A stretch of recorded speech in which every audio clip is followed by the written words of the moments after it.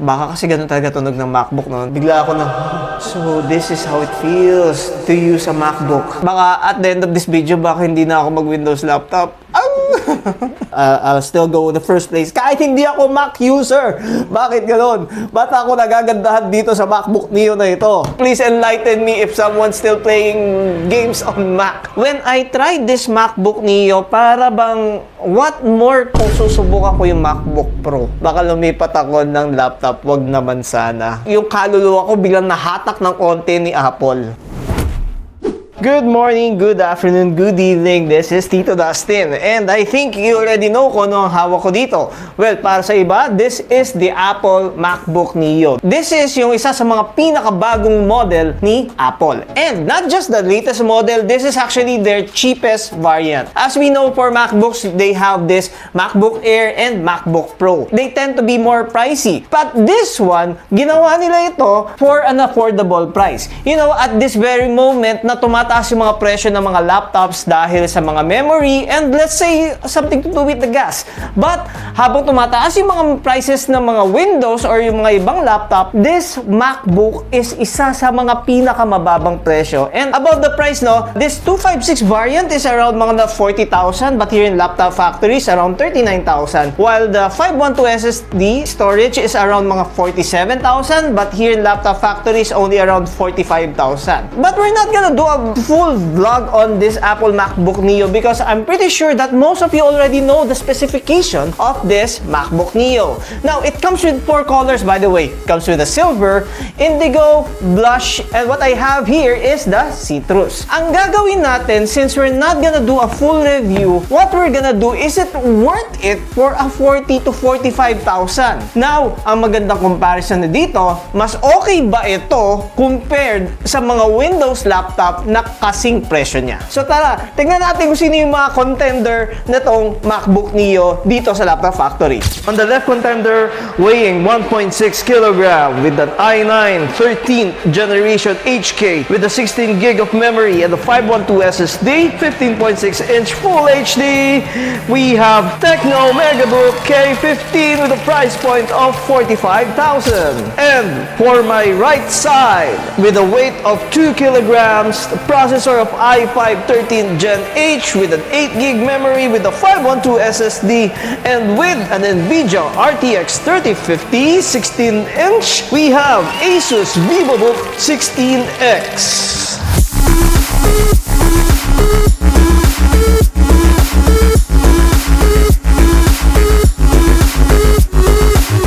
First of all, before we proceed, you'll see there the specifications of these 3 laptops and even the price. Ang something common on these 3 laptops, kaya natin sila kino-compare, is about their price. By means of specification, makikita nyo na mas mataas itong dalawang ito compared kay MacBook Neo. Actually nga, the processor of this is being compared to an M1 or to an M2 or to a mobile processor. Pero kasi, iba kasi ang software ni Apple compared sa mga Windows. I think ang pinakamaganda dito is comparing them how fast they boot and kung gaano ba ka-smooth gamitin mga to while doing multitasking or while doing video editing. So let's talk about the appearance first of these 3 laptops. So we got here an Apple and a 2 competitor. First, let's talk about this Asus laptop. So it's color black from everything dito sa kanyang top cover and then yung dito. Ito yung itsura niya. It doesn't even look like a gaming laptop. Para siyang yung consumer laptop na nilagyan ng RTX video card. Well, this is one of the budget type gaming laptop as of now. Kasi mostly mga gaming laptop ngayon is mga nasa around 50,000 and above. But this one is, of course, nasa 45,000 below. And then the appearance of this Tecno is color silver from everything. It feels premium. You can see here the tracking pad na hindi siya mukhang tinipid. Maganda yung itsura nitong laptop na to na Tecno MegaBook. Now, let's talk about this Apple MacBook Neo. This is aluminum or metal body in everything. From the top cover, dito kasi sa kanyang body, even dito sa ilalim. This one, ang ganda na itsura niya. Carl, di ba? If you're gonna talk about this 3, about appearance or aesthetic, mas aesthetic tong MacBook Neo. And the weight of these 2 laptops is more than 2 kg. This one is 1.2 kg. And akala ko nga, it's just 1 kg eh. Yeah, medyo mabigat siya. Mas mabigat to compared sa MacBook Air. Pero, ang astig niya tingnan. And it comes comes with multiple colors pa, no? By means of appearance and aesthetic, of course, we're gonna go for the MacBook. It is undeniable. As you can see there, yung pag medyo okay, color green siya. Pag red, pangit. Pag yellow, so-so. Okay, now let's proceed. Now, let's talk about the ports. Yes, napaka-aesthetic na to tingnan, but it only comes with 2 ports here that this is dalawang Type-C. And yung isa dito, yung fast charging, and yung isa parang normal charging pa. Aside that, it comes with an audio combo jack, which is this one. And I thought that this was an SD card. Yung pala, ito yung speaker niya. Now, the ports of this Tecno Megabook, of course, marami. Meron siyang audio combo jack, Type-C, USB Type-A, HDMI, and another Type-C. On the other side, ganun din. May LAN port, USB, and micro SD card. While this Asus gaming laptop that we have here, we got audio combo jack, Type-C, Type-A, HDMI, power. Ang saksakan nito, no? Ano pa, yung mga bilog pa, hindi pa Type-C. Anyways, let's proceed. And another Type-A here, and an SD card slot. So, by means of port, syempre medyo kulang na kulang tayo dito sa MacBook. Now, this is a gaming laptop. Of course, we are expecting na maganda ang screen ng gaming laptop na ito. It's 1920 by 1200 and this is running a 144 Hz, which is actually really good for gaming laptop, and an IPS display. Let's check the Tecno. So, this is a 1920 by 1080. So, this is the full HD. The refresh rate of this laptop is only 60 Hz. It's not a gaming laptop. But the screen is okay. Now, let's compare this MacBook na to. Liquid Retina display. It's not even a comparison. Ang ganda ng display niya, Carl. May kita mo. Glossy siya kasi baka na nakikita ng reflect. Pero, welcome to the Retina display. Sabi nila sa monitor, if you're gonna go to 144 Hz, hindi ka na babalik sa 60 Hz. If you go to a Retina display, hindi ka na babalik sa IPS display. Let's have a ranking on this one, Carl. This one is top 1. Okay. Top 2, this one. Kita naman yung display niya. And this one is parang, meh.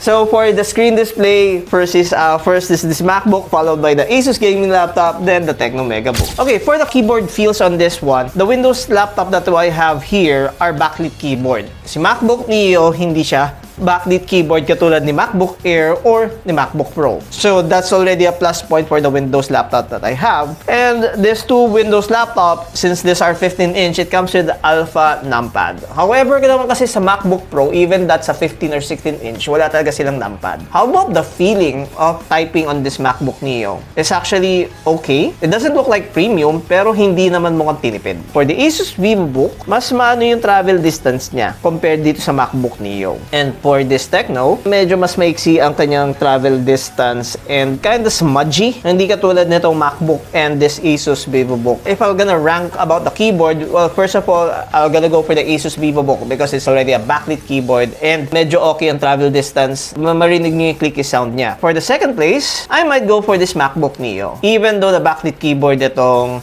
Tecno. Okay, now for the sound quality. Let's check. Let's start with this Asus.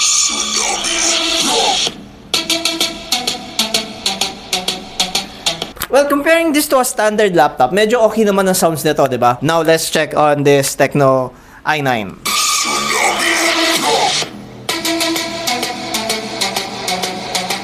Okay ang sounds nito. Actually, malakas. Malakas ang sounds niya compared to the Asus. Rinig mo yung bass niya. Well, rinig naman yung bass na to, pero parang mas na-feel ko yung bass dito sa Tecno i9 na ito. Now, let's check this MacBook Neo.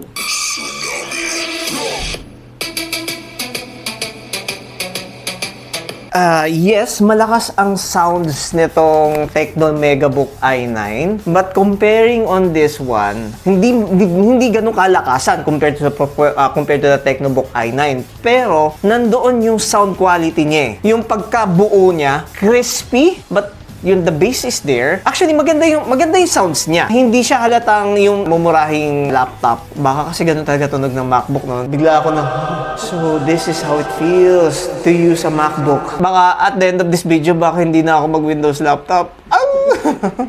Okay, anyways, Carl, I want your thought or your feedback on this 3 laptop. Ano sa tingin mo? Kung compare ko yung dalawa doon, mas medyo rinig yung bass dito. Pero although maganda naman yung tunog ng Asus, pero yung sa Apple, sobrang ganda nung audio niya compare sa dalawa. Pero, yun nga, mahina. Hindi ganun kalakasan pero maganda yung sound quality. For the ranking, your first place will be Apple. Okay, second place, Tecno, and the third place is? Asus. Okay. So that's for the sound quality, and actually, I agree with Carl. I'll still go with the first place. Kahit hindi ako Mac user! Bakit ganun? Ba't ako nagagandahan dito sa MacBook Neo na ito? Now, how about the camera? Camera quality. Let's start with this Tecno i9 pero ang daming gradient. Okay, Asus. Medyo okay, yeah. It does the job it does the camera quality. However, for this MacBook Neo, mas maganda ang camera nito. And by the way, this MacBook Neo comes with this kind of features, no? Ayun, no? So, some of our photo editors already use this and talagang nagano talaga sila ng mga editing nila. Going back, for this three, of course, ranking number 1 will be MacBook Neo and then followed by the Asus, number 2, and number 3, Tecno. Now, napansin ko, no, recently, while we are comparing these three, but parang laging si MacBook Neo ang number 1. Of course, there's something on this one na parang hindi naman maganda. Kasi syempre, of course, I'm not just here to promote this MacBook Neo. And I'm actually here to check on rin din pangit dito sa MacBook Neo. Not just in this MacBook Neo, even on this two laptop beside it. Of course, by means of specifications, malaki ang agwat ng MacBook Neo na to compared on this two laptop that I have. Which is, this one is a gaming laptop and this one is an i9. So definitely on playing games, undeniable that it would be on the Asus gaming laptop because it comes with an RTX 3050. We don't even really dare to play AAA games here because nobody plays on Mac. Correct me if I'm wrong. Does anyone play on Mac? Comment down below. Please enlighten me if someone's still playing games on Mac. And of course, this is an i9. I'm damn pretty sure that you could still play AA or single A games like Dota, Counter-Strike on this laptop because the processor is really high. Probably, let's just do a quick boot up test and let's see kung gaano ba kabilis mag-boot up itong tatlo. Alright. In 3, 2, 1. Backlit keyboard, sounds okay. This one, okay, nagpop-up na yung backlit keyboard. And then, logo, Tecno, i9 loading, Asus biglang lumabas.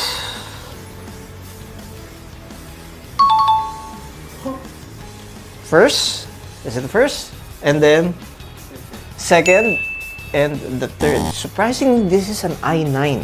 And siya ang matagal mag-boot. This one is a mobile chip processor. Unang nag-boot.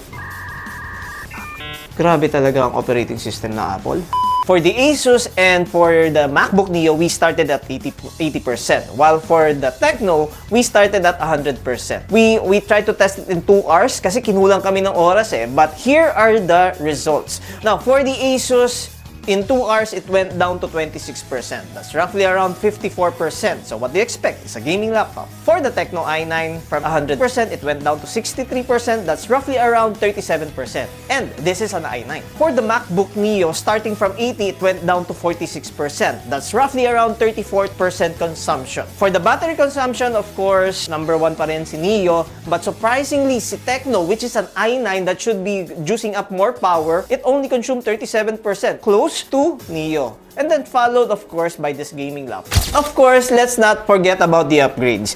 For the Asus, since this is a gaming laptop, you could actually add a memory on it to make it 16. Kasi 8GB lang ang memory nito. It's medyo a little bit maliit na 8GB memory for a gaming laptop. So, this comes with a variant of a 16GB. So, definitely, pwedeng upgrade ang memory nito. Dito naman sa Tecno i9, since we just recently done a video on removing the chassis, may kita nyo dyan sa video na pwede pa natin i-upgrade yung Tecno i9. However, for this MacBook Neo, 8GB is already an 8GB and actually pinagbabawal nga nila na i-open yung chassis nito because it will void your warranty. Well, it's same goes with these other laptops. It's just that kahit baklasin natin ang chassis nito, there's nothing to upgrade on this MacBook Neo. And of course, for the upgrade, it goes for the Windows laptop and then followed by this MacBook Neo na hindi pwede upgrade. After sales, of course, lahat sila ay merong after sales service. Asus has its own, followed this MacBook and even in this Tecno. Now, what is my conclusion on these 3 laptops? Well, actually, makakatulong din dito yung mga viewers or please comment down below kung anong thoughts nyo between this MacBook Neo and sa mga Windows laptop. Now, about the specifications, may kita nyo naman na talagang ang laki ng specs difference nito. Well, at the end of the day kasi there's customer na talagang Windows talaga sila and then there's customers na talagang they use laptop for games. Now, dyan papasok si Asus wherein hindi kaya ni MacBook Neo.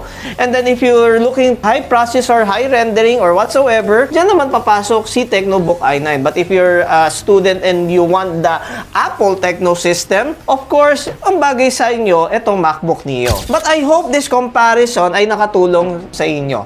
Kasi dito sa ating YouTube, pag may maganda, sasabihin natin. At kung may pangit, sasabihin natin. Bakit? Hindi naman kami binabayaran ng mga brands para i-sugarcoat ang mga laptops nila.